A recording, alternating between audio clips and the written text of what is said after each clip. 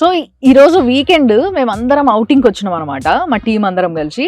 So ఈ రోజు కూడా కొన్ని వీకెండ్ వార్తలు చెప్దాం అనుకుంటున్నాం ఈడికెళ్ళి. బట్ నేను కాదు, మా టీం అందరూ చెప్తారు, నేను కొంచెం హెల్ప్ చేస్తా వాళ్ళకి. భరించేవాడిని భర్త అంటారు, కానీ ఇదేంటి?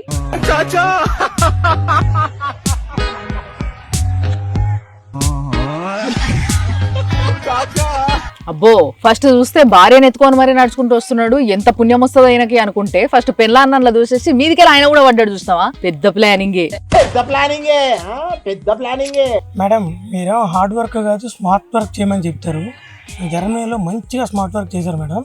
హాస్పిటల్లో పేషెంట్లు ఎక్కువయ్యారని చెప్పి 10 మందిని పైకి పంపించేశారు మేడం. అవును, నిజమే. ఈ వార్త నేను కూడా విన్నా. జర్మనీలో ఒక మగ నర్స్ అంట, ఊర్సులేని ఆయన పేరు. అయితే నైట్ డ్యూటీ వేస్తే ఆయనకి ఆ నైట్ డ్యూటీలో బాగా కష్టం ఎక్కువ అవుతుందంట. ఆయనకి 10 మందిని చంపేసిండు. అంతేకాకుండా 27 మందిని ఆల్మోస్ట్ చంపేసిండు. బట్ మిగతా వాళ్ళందరూ కష్టపడి వాళ్ళ ప్రాణాలను బయటికి తీసుకొచ్చారు. మళ్ళీ బాగా స్మార్ట్ గా చేశాడు కదా మేడం డ్యూటీ. అవును, ఇప్పుడు స్మార్ట్ గా వెళ్ళి జైల్లో కూర్చుంటాడు. అక్క మన ఆఫీస్ లో అందరికి యూనిఫామ్ పెట్టండి అక్క, ఇష్టం వచ్చినట్టు బట్టలు వేసుకొస్తారు. ఇప్పుడు కొత్తగా ట్రెండ్ అవుతుంది ఒక uniform.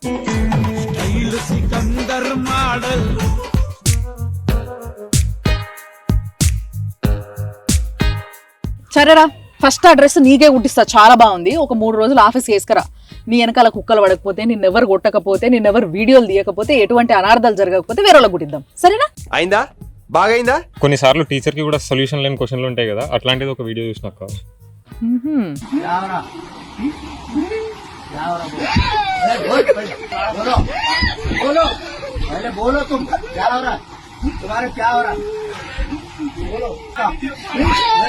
Oh, out of syllabus అంటే ఇదే కావచ్చు. పోలీసులని మామ అని పిలుస్తారు కదా అందరూ, కానీ ఒక ఖైదీ నిజంగానే మామ అని ఫీల్ అయిపోయింది. ఒక ఖైదీ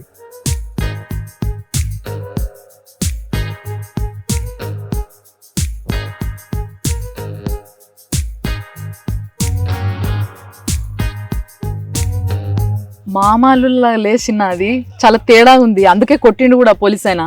నిజమే మేడం, పెళ్లికి మురారి పాట, చనిపోయినప్పుడు ఆనలుగురు పాట అనేది ప్లే చేస్తుంటారు కదా, కానీ చనిపోయినప్పుడు ఆనలుగురు పాటకు అవకాశం లేకుండా చేశారంట ఒక దగ్గర. చూడు ఒకసారి.